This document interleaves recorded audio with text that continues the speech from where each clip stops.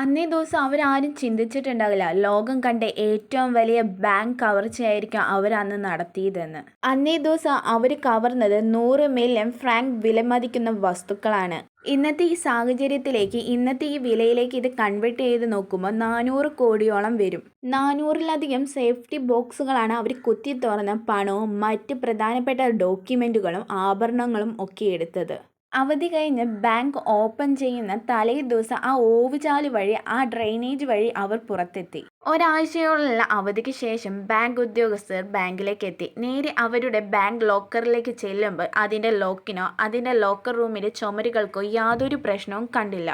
Locker room തുറന്ന് അതിൻ്റെ ഉള്ളിലേക്ക് കയറിയപ്പോൾ ഞെട്ടിക്കുന്ന കാഴ്ചകളാണ് അവർ കണ്ടത്. സേഫ്റ്റി ഡിപ്പോസിറ്റ് ബോക്സുകൾ കുത്തി തുറന്നിരിക്കുന്നു ആരോ. നിലത്തൊരു വലിയൊരു തുരങ്കം കാണുന്നു. എന്ത് ചെയ്യണമെന്ന് അറിയാതെ ബാങ്ക് ഉദ്യോഗസ്ഥർ പതച്ചു നിൽക്കുകയാണ്. ഇതിനോടകം തന്നെ ന്യൂസുകൾ ലോകമെങ്ങും പടർന്നു. ഇതിനോടകം തന്നെ പോലീസുകാർ കവർച്ചക്കാർക്ക് വേണ്ടി വല വിരിക്കുകയും അന്വേഷണം തുടങ്ങുകയും ചെയ്തു. അന്വേഷണങ്ങൾ എത്രയൊക്കെ ചെയ്തിട്ടും ദിവസങ്ങളും മാസങ്ങളും കഴിഞ്ഞുപോയിട്ട് കവർച്ചക്കാരെക്കുറിച്ച് യാതൊരു തെളിവും ലഭിച്ചില്ല. മാസങ്ങളും ദിവസങ്ങളും ഇങ്ങനെ കടന്നു പോവുകയാണ്. അങ്ങനെ ഒരു ഒക്ടോബർ മാസത്തിൽ കൂട്ടത്തിലുണ്ടായിരുന്ന ഒരു വ്യക്തിയുടെ കാമുകിയിൽ നിന്ന് പോലീസുകാർക്ക് ചില വിവരങ്ങൾ ലഭിച്ചു. ഇതിനോടകം തന്നെ ആ വ്യക്തിയെ അറസ്റ്റ് ചെയ്യുകയും തുടർച്ചയായുള്ള ചോദ്യം ചെയ്യലിലൂടെ കൂട്ടത്തിലുള്ള മറ്റുള്ള വ്യക്തികളെക്കുറിച്ചുള്ള ഡീറ്റെയിൽസുകളും പോലീസുകാർക്ക് ലഭിച്ചു. ഇതിനോടകം തന്നെ ആൽബർട്ട് സ്പിഗാരിയിലേക്കും പോലീസുകാർ എത്തുകയും ചെയ്തു. വിദേശയാത്ര കഴിഞ്ഞ് തിരിച്ചു വരുന്ന വഴിക്ക് എയർപോർട്ടിൽ വെച്ച് തന്നെ ആൽബർട്ടിനെ പോലീസുകാർ പിടികൂടി. ഒരുപാട് തവണ അയാളെ ചോദ്യം ചെയ്തുവെങ്കിലും യാതൊരു വിധത്തിലുള്ള തെളിവുകളും അയാളിൽ നിന്ന് ലഭിച്ചില്ല.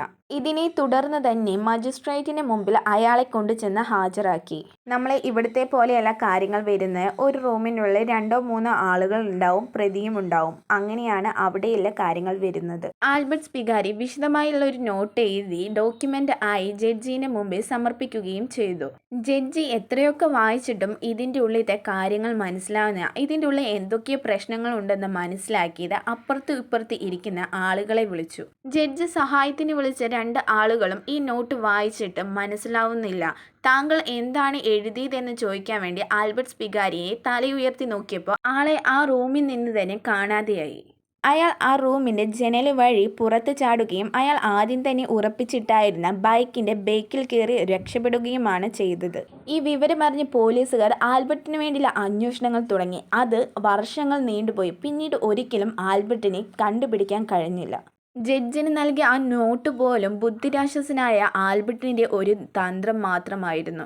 വർഷങ്ങൾ കുറെ കഴിഞ്ഞു പോകുമ്പോൾ പല പ്രചാരണങ്ങളും ആൽബർട്ടിനെ കുറിച്ച് വരുന്നുണ്ട്. പ്ലാസ്റ്റിക് സർജറി ചെയ്ത് കഴിഞ്ഞിട്ട് അർജന്റീനയിലേക്ക് മാറി എന്നും ഇടയ്ക്ക് കുടുംബത്തെ കാണാൻ വേണ്ടി നാട്ടിലേക്ക് വരുമെന്നൊക്കെ പറയുന്നുണ്ട് ജനങ്ങൾ. ആൽബർട്ട് ഇപ്പോഴും ജീവിച്ചിരിക്കുന്നോ, എന്താ അവസ്ഥ എന്നുള്ളതൊന്നും പോലീസുകാർക്ക് വ്യക്തമായിട്ടുള്ള ഒരു വിവരവും ലഭിച്ചിട്ടില്ല ഇന്നുവരെ. മറ്റൊരു നല്ല വീഡിയോ ആയിട്ട് പിന്നെ കാണാം.